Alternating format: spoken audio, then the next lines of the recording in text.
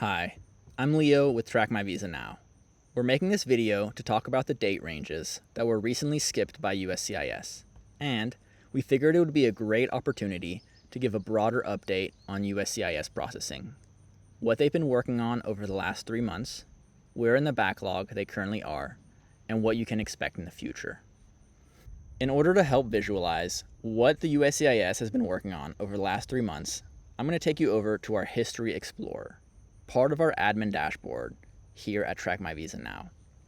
What you're looking at right now is a snapshot from all the way back on April 1st, 2024, showing what the backlog looked like for cases that filed back in October 2023. And we can see that back at the start of April, USCIS was already very much working actively in October. And we can move one day at a time historically and see this progress that they're making in October. And right about now, it's definitely time that we take our attention back to November. So you see here it's April 6th, and they're working through the November backlog, and they are making very rapid progress. This is a point in time where USCIS was really shooting forward, making quick progress through the backlog, and it's already, as you can see, high time to get into December. Now, I'll introduce you guys to a concept that a lot of our customers are already familiar with, and that's what we like to call the front of the line. So at this moment in time, back on April 19th, we would have said that the front of the line was around December 13. You can see that they're absolutely working on cases from December 13 and the cases that filed before that, but pretty much not touching at all the cases that were filed after that. And with every passing day, you'll see that front of the line advances forward, right? And as you can see, advances forward quite rapidly all the way through December, and soon it's time to start looking at January, right? Front of the line has already shifted here and is making its way through January. So let's accelerate here through time. Really love this tool. Very much a data nerd, so we love to geek out on this kind of stuff over here. But it's already time to look at February, and I'll actually pull back through time a little bit. You'll see here I'm going backwards in time now because I want to show you guys something that happened. So, okay, this is a great place to start. Right now we are back in time on May 14th, and as we progress forward, you'll see that the front of the line, as you expect, it jumped over to this new week.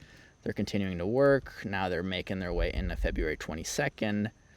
You expect 23rd to come next, but it doesn't. And actually, if we go ahead and move to look at the backlog for those who filed in March, we can see that they're going to start making progress March 7 onwards. And so these cases, the ones that were filed between February 23rd and March 6th, they pretty much got skipped. And then we see that happened again a second time for the cases from March 14th to March 20th. So as we continue to move through time, chronologically or historically, we see the progress continues to be made. And pretty soon, right, if we go back to these folks, all of their neighboring cases on both sides at the start of February, even those in March, right here, we're hitting, 60% approval, 50% approval, barely anyone, only 15% of people are waiting to hear back on March 7th. But pretty much everyone is still waiting to hear back on March 6th, right? And it's rare to see such stark contrast between two adjacent dates. Our software that we built, it tracks this front of the line automatically, and it allows us to give very accurate forecasts for when people are going to hear back. But something like this is something that we can't predict and something that we really haven't seen before. So we'll come back to these cases in a bit. Let's continue moving through time. We see that the front of the line continues to push forward all the way through April. Still making pretty good progress here. But a little slower and more reserved, especially as we head towards the end of June. Now it's time for us to head into May. They're working through May. And now we've gotten into June, right? So this is people every day. More people are filing, right? So you can see these updates even coming into July. So let's focus in right here on May 30th. So this is something else that's happened that's new from our experience at Track My Visa Now. We launched the company about a year ago. We've been working on analyzing this data for longer than that, but it looks like the front of the line has, I don't want to use the word stalled, but at least temporarily it's taking a bit of a pause on its previously aggressive march forward. So here we would say the front of the line's maybe around May 24th, and then it jumps over towards May 30th, and after that you would expect it to come into June, but it really doesn't. June remains untouched. And progress, really, cases after May 30th aren't really being actively worked on. And that maybe suggests that USCIS is focusing less on pushing forward and more on cleaning up and finalizing the case ranges that it's already worked on. And that's hopefully going to be good news for our friends who are waiting in those skipped ranges. What we can do is come back in through time and look at this date range that was initially skipped. So let's zoom back in time here. So right around June 24th, we can see that, or maybe even a little earlier than that, we can see that USCIS came back. And these guys, one of the skipped ranges, came back and started working on those dates. And when they did, they worked on them quite quickly. And by now they're still not at the same place that their surrounding cases are, date ranges are, but they're getting there. They're catching up pretty quickly. And so our customers who were in this date range, they ended up, a lot of them still being approved within our initial estimate, but of course on the tail end as opposed to on the front end. However, regrettably, those that are in this February 3rd to March 6th range, they're still waiting to hear back. Since USCIS went back and did fix this situation, and it looks like they're still working on fixing it, we have high hopes. Of course, we can't guarantee anything. We don't work in the USCIS, but we have high hopes that they're going to also come back next and address this situation here. So we can see that the USCIS isn't marching forward past May 30th, but that doesn't mean that they aren't doing work. As you can see, they're coming back and continuing to work on date ranges that they've previously worked on.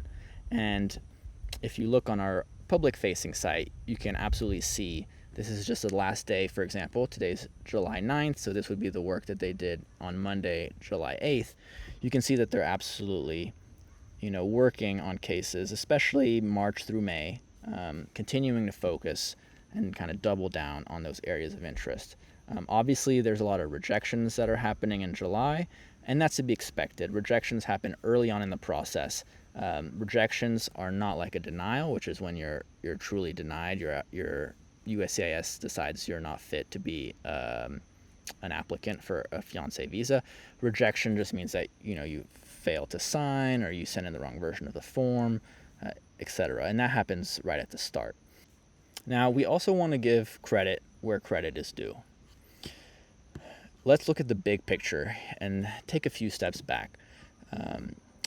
Clearly it's not great that USCIS has skipped over some ranges. It feels incredibly unfair to people who are waiting in line and expect it to be processed in that order.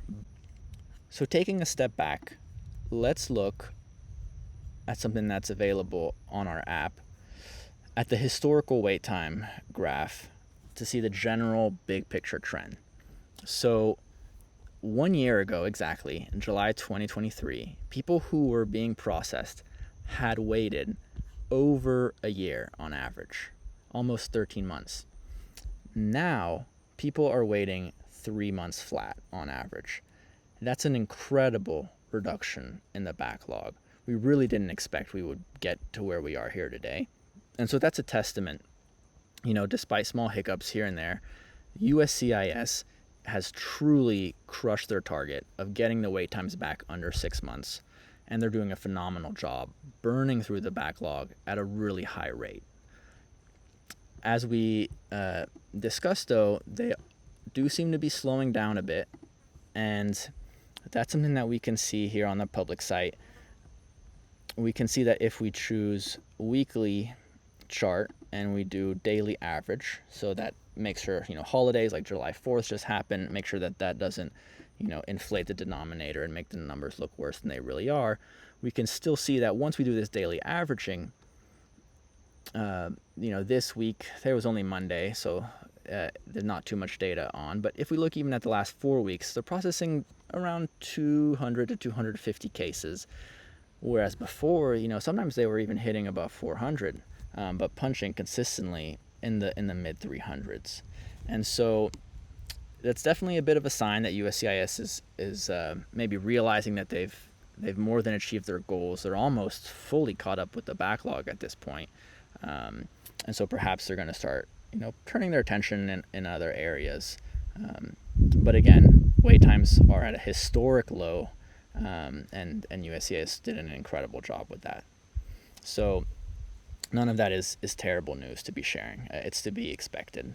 If they continued working this fast, they would pretty much soon be working on cases the same day that they're filed. Thanks for watching this video. I really hope you enjoyed digging through the data with us here at Track My Visa Now. I know we certainly did. We love doing this, and it's our passion. And we love bringing content like this, both for free on our public site and to our customers on our web app, and of course here on YouTube. We plan to release a few more videos with monthly updates on processing time, so feel free to subscribe, and thank you very much.